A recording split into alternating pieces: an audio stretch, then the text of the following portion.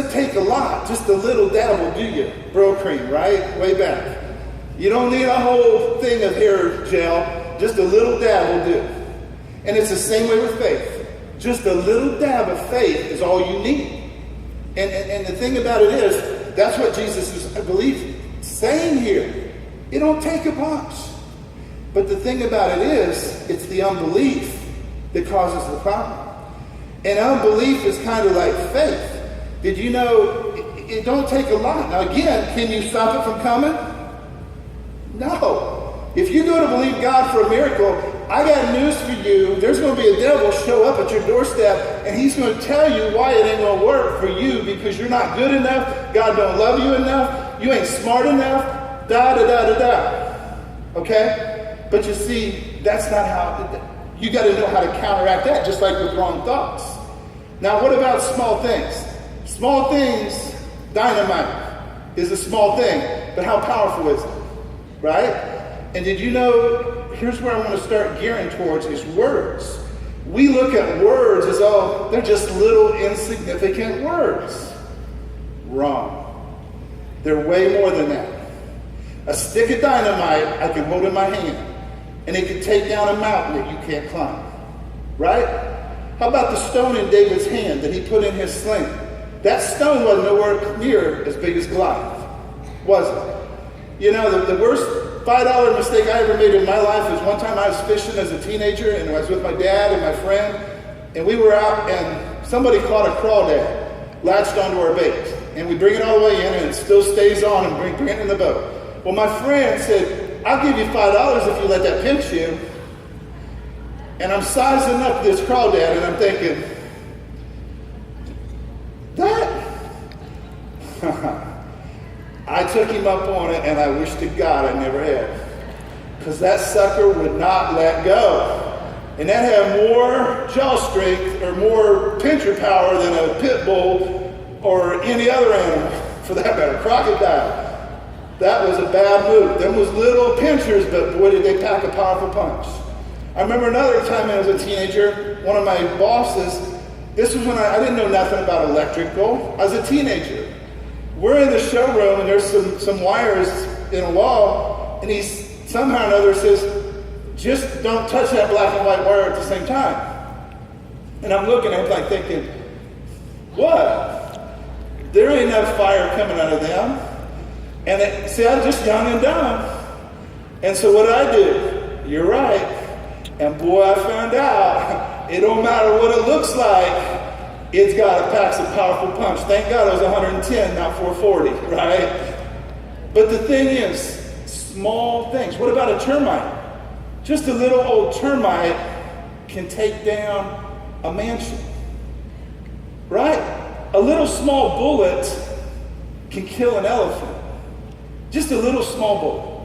So don't just think that words, because they seem small and insignificant, can't wreak havoc and destroy and damage your life, because they very much can.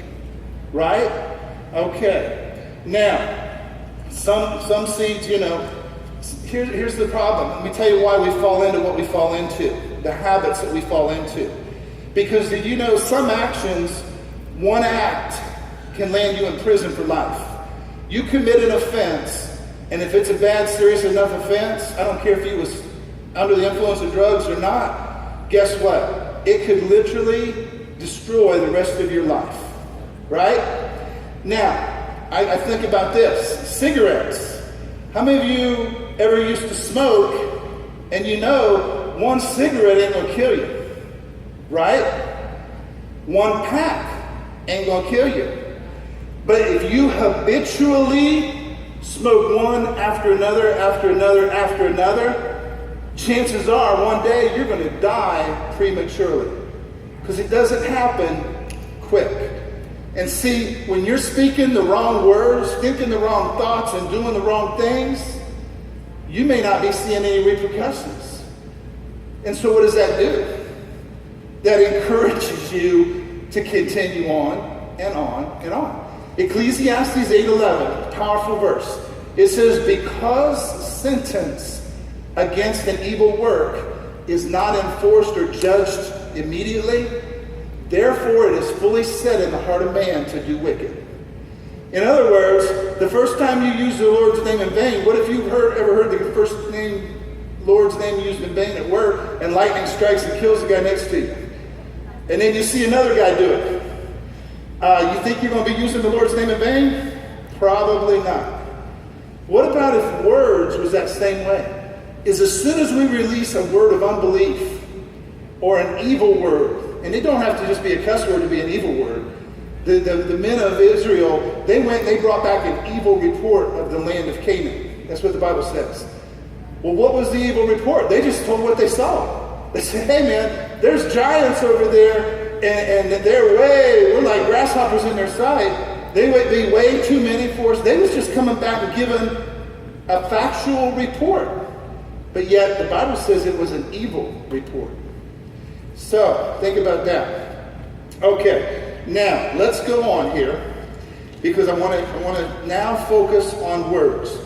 Again, I alluded to this fact earlier. Did you remember when Jesus says, not that which goes into a man defiles him? If you eat with unwashed hands, or if you eat the wrong thing. Now that's not good, right? If you eat too much of the wrong thing, it ain't going to be very healthy. And it's not going to pay dividends. But you know what? Jesus said this. He said, hey, don't worry, because there's nothing that you can put into your mouth that will defile you.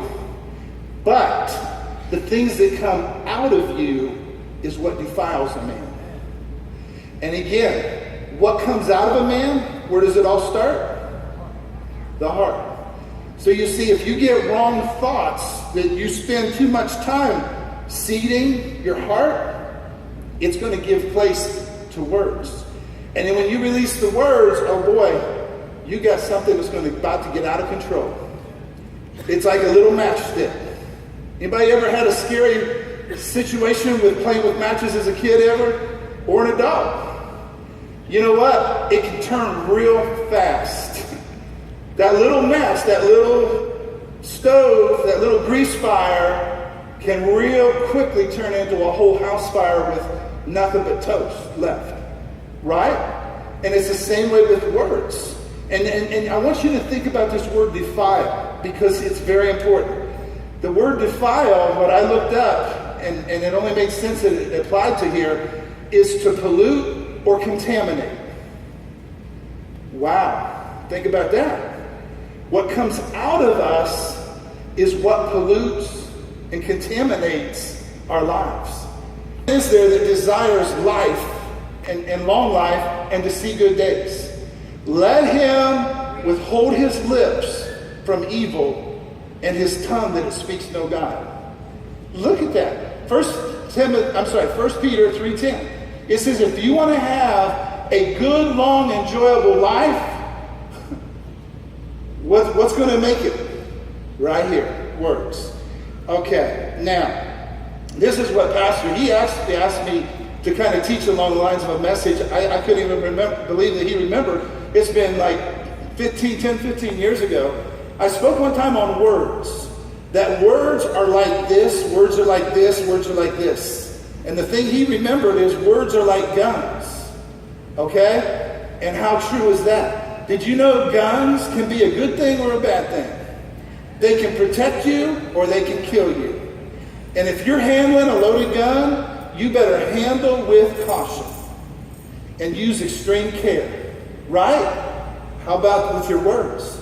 Do you use as much caution with your words as you would a loaded machine gun? We should. We really, really should, because they're that powerful. You have to believe in your heart, then say it with your mouth, and then H2O produces water. You know, faith in your heart and confession with your mouth equals salvation. Equals receiving anything from God's kingdom, any promise that he's given us. That's the combination. Mix the two. Don't just try the one, because it'll never work. You can put hydrogen in a cup all day long and you ain't never going to get water. Right? But you put the two together, you're going to have something.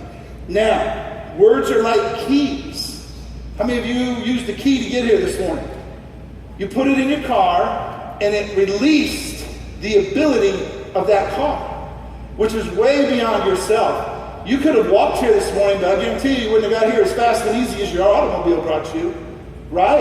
And did you know the primary way, not the only way, but when the Bible says, don't give place to the devil, I'm convinced that one of the biggest ways that we give place to the devil is right here. I'm convinced God is covetous of our faith-filled prayers. God desires us to pray in faith and to lift up stuff to Him, because that's sowing a seed, and then God can multiply that seed. But until you say a prayer, He can't multiply. Why do you think He says you have not because you ask not? Again, don't throw a sack of seed out there in the field because it ain't going to do nothing. Don't hold a prayer in your heart. Let it come out your mouth, and then God can multiply it if it's a prayer of faith. Right? Okay?